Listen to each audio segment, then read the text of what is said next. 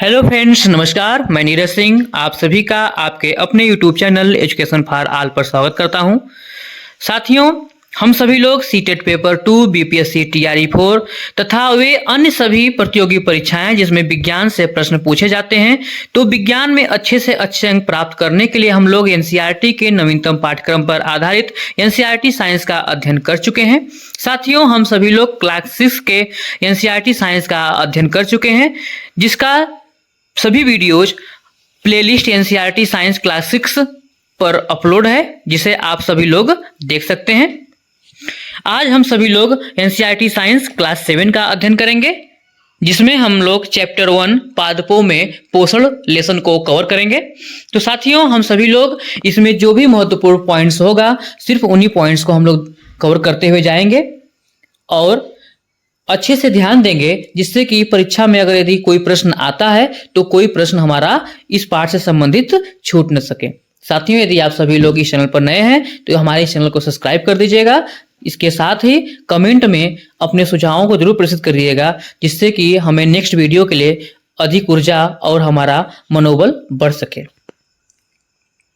साथियों, हम सभी लोग पादपों में पोषण लेसन अध्ययन करने से पहले यह जानते हैं कि जीव जंतुओं में पोषण करने का तरीका अलग होता है और पौधों में पोषण करने का तरीका अलग होता है। आप लोग कक्षा 6 के लेसन्स में आप देख चुके हैं कि जंतुओं में पोषण कैसे होता है। इस पाठ के अंतर्गत हम पादपों में पोषण के बारे में अध्ययन करेंगे।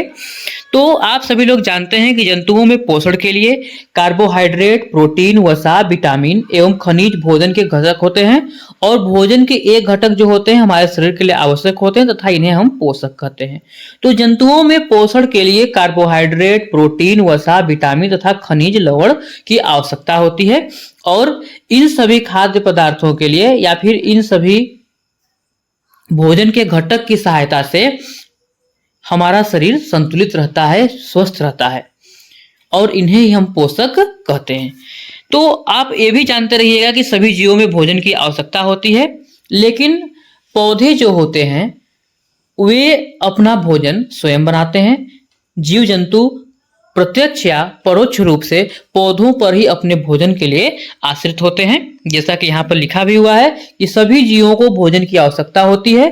पादप अर्थात पौधे स्वयं के लिए भोजन बना सकते हैं, परंतु मानव सहित कोई भी प्राणी अपना भोजन स्वयं नहीं बना सकता।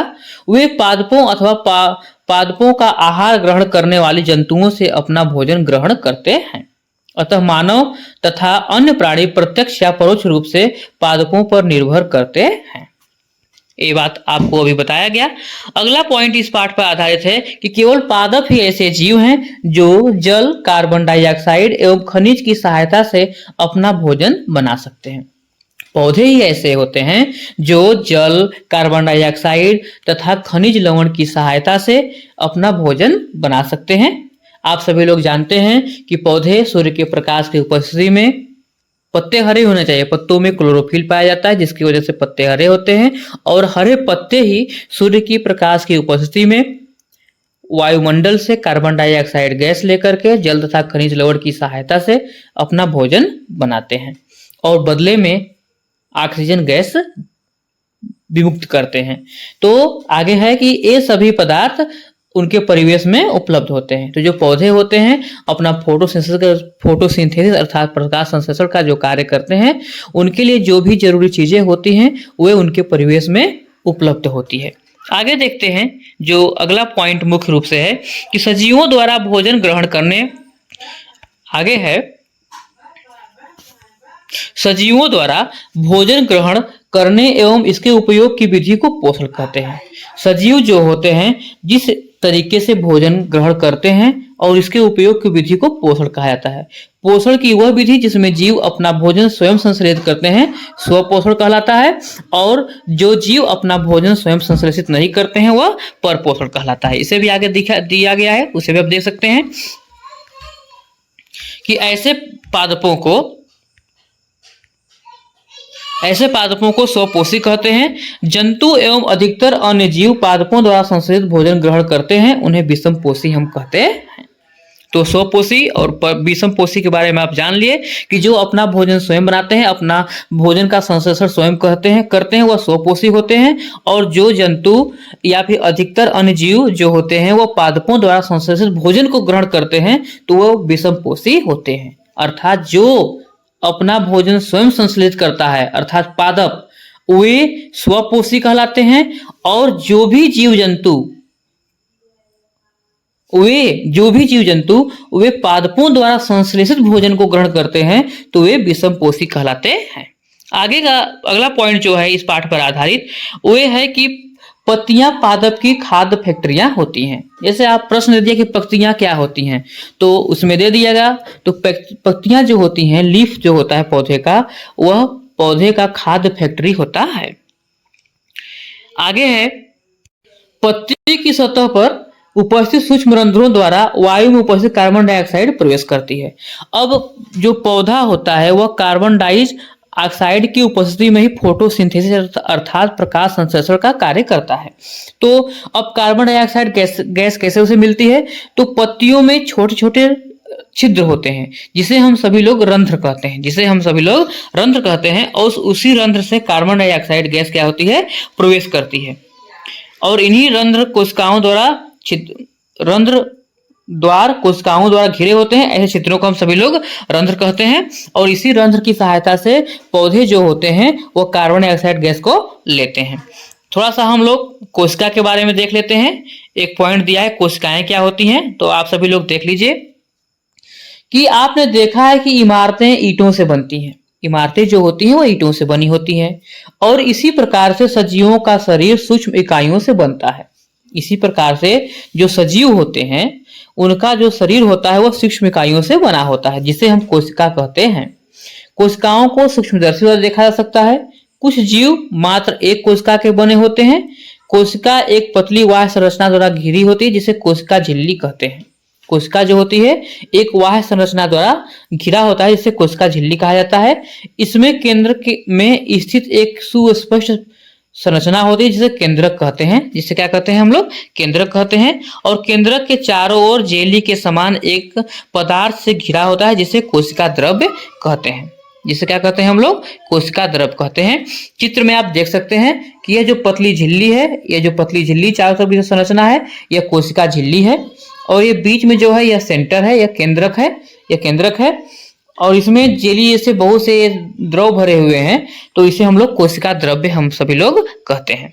आगे देखते हैं, पत्तियों में एक हरा वर्णक होता है। पत्तियों का रंग क्यों होता है, तो ये जानिए कि पत्तियों में एक हरा वर्णक होता है जिसे क्लोरोफिल कहते हैं, और क्लोरोफिल की सहायता से ही या क्लोरोफिल की उपस्थिति से ही है पत्तियों का रंग हरा होता है। और क्लोरोफिल जो होता है सूर्य के प्रकाश की ऊर्जा का संग्रहण करने में पत्ती की सहायता करता है। इस ऊर्जा का उपयोग जल एवं कार्बन डाइऑक्साइड से खाद्य संश्लेषण में होता है। इस ऊर्जा का उपयोग जो होता है जल एवं कार्बन डाइऑक्साइड से खाद्य संश्लेषण में होता है। क्योंकि खाद्य संश्लेषण सूर्य के प्रकाश की उपस्थिति में होता है, इसलिए इसे प्रकाश संश्लेषण कहते हैं। प्रकाश संश्लेषण के बारे में अभी हम इसी वीडियो में पहले जान चुके हैं। तो जो प्रकाश संश्लेषण होता है वो प्रकाश संश्लेषण की क्रियाविधि कैसे होती है, प्रकाश संश्लेषण में कार्बन डाइऑक्साइड गैस तथा जल मिल करके सूर्य की प्रकाश की उपस्थिति में क्लोरोफिल की उपस्थिति में क्या बनाते हैं, कार्बोहाइड्रेट बनाते हैं और ऑक्सीजन गैस छोड़ते हैं। कार्बोहाइड्रेट के रूप में ग्लूकोज निकलता है। आगे देखते हैं कि इस प्रक्रम में ऑक्सीजन विमुक्त होती है, यह भी बताया गया था। कार्बोहाइड्रेट अंततः पत्तियों में मंड स्टार्च के रूप में संचित होता है। मंड जो होता है स्टार्च के रूप में संचित होता है, और जो स्टार्च है वह भी एक तरह का कार्बोहाइड्रेट है। इसे भी आप सभी लोग देख लीजिएगा। स्टार्च भी एक तरह का कार्बोहाइड्रेट है। स्टार्च क्या है, तो स्टार्च भी एक प्रकार का कार्बोहाइड्रेट है। आगे देखते हैं, जो इस लेसन में जो महत्वपूर्ण पॉइंट्स है उसे देखते हैं।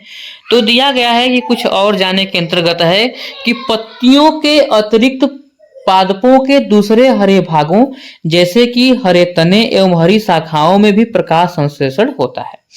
अगर मान चलिए पत्तियां नहीं हैं, कुछ पौधे ऐसे भी होते हैं जिनमें पत्तियां नहीं होती हैं, तो अगर तना हरा होता है तो हरे तने में भी प्रकाश संश्लेषण की क्रिया होती है। तो जैसे कि दिया भी है कि मरुस्थलीय पादपों में वाष्पोत्सर्जन द्वारा जल क्षय को कम करने के लिए पत्तियां सल्क अथवा शुष्क रूपी हो जाती हैं। तो इन पादपों के तने हरे होते हैं जो प्रकाश संश्लेषण का कार्य करते हैं। तो मरुस्थलीय क्षेत्रों में क्या होते हैं, पत्तियां जो होती हैं वो सल्क रूप में होती हैं, तो जिसकी वजह से जो तने होते हैं वे हरे होते हैं, तो वही अपना प्रकाश संश्लेषण की क्रिया करते हैं। आगे देखते हैं हम सभी लोग, प्रकाश संश्लेषण प्रक्रम द्वारा पादप कार्बोहाइड्रेट का संश्लेषण करते हैं। कार्बोहाइड्रेट कार्बन, हाइड्रोजन एवं ऑक्सीजन से बनते हैं। कार्बोहाइड्रेट जो होते हैं वह कार्बन, हाइड्रोजन एवं ऑक्सीजन से बने होते हैं। इनका उपयोग खाद्य के अन्य घटकों के संश्लेषण में होता है, परंतु जो प्रोटीन होता है वह नाइट्रोजनी पदार्थ होता है, जिसमें कार्बन, ऑक्सीजन एवं हाइड्रोजन के अतिरिक्त नाइट्रोजन भी होती है। तो प्रोटीन में कार्बन, ऑक्सीजन एवं हाइड्रोजन के अतिरिक्त नाइट्रोजन भी होता है, लेकिन जो नाइट्रोजन का जो संश्लेषण होता है वो पौधे सीधे तौर पर सीधे तरीके से नहीं कर सकते हैं। वायुमंडल में नाइट्रोजन गैस लगभग 78% में उपस्थित है, लेकिन पौधे उसे सीधे ग्रहण नहीं कर सकते हैं। तो उसे ग्रहण करने के लिए कुछ बैक्टीरिया होते हैं जिनकी सहायता से पौधे नाइट्रोजन को भी ग्रहण कर लेते हैं। तो इसको भी बारे में हम लोग देखेंगे को कौन सा बैक्टीरिया होता है जिसकी सहायता से पौधे नाइट्रोजन को ग्रहण करते हैं। जो बैक्टीरिया होता है वो राइजोबियम कहलाता है, राइजोबियम कहलाते हैं। और राइजोबियम जो होता है वायुमंडलीय नाइट्रोजन को विलेय पदार्थों में परिवर्तित कर देते हैं, परंतु राइजोबियम जो होता है अपना भोजन स्वयं नहीं बना सकते हैं। राइजोबियम जो होता है वह अपना भोजन स्वयं नहीं बना सकता है।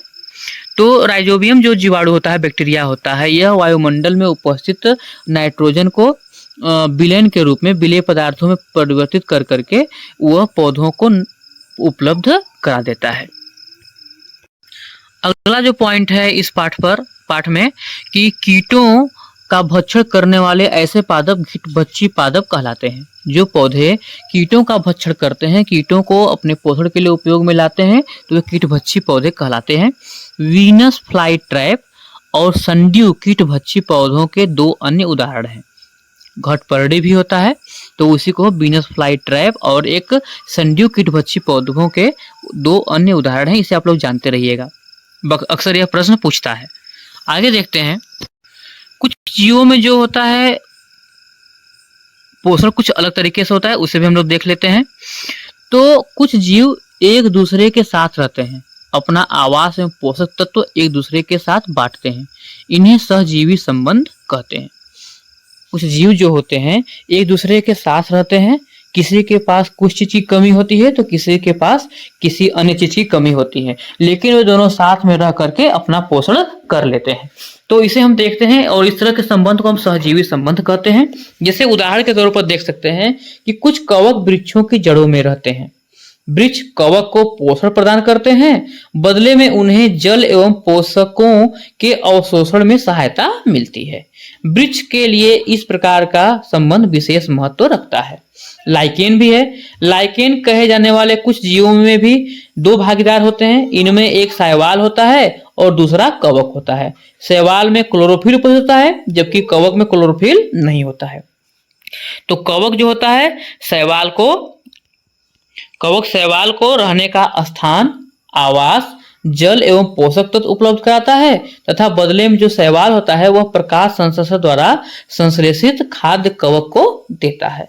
तो इस तरह के संबंध को सहजीवी संबंध कहते हैं और सहजीवी संबंध के माध्यम से भी जीव जंतु अपने पोषण को प्राप्त करते हैं। इस पाठ पर आधारित अगला पॉइंट जो दिया हुआ है उसे भी हम लोग देखते हैं। हम लोग अभी बात कर रहे थे कि वायुमंडल में नाइट्रोजन गैस की प्रचुरता होने के बावजूद भी पौधे उसे सीधे ग्रहण करने में असमर्थ होते हैं।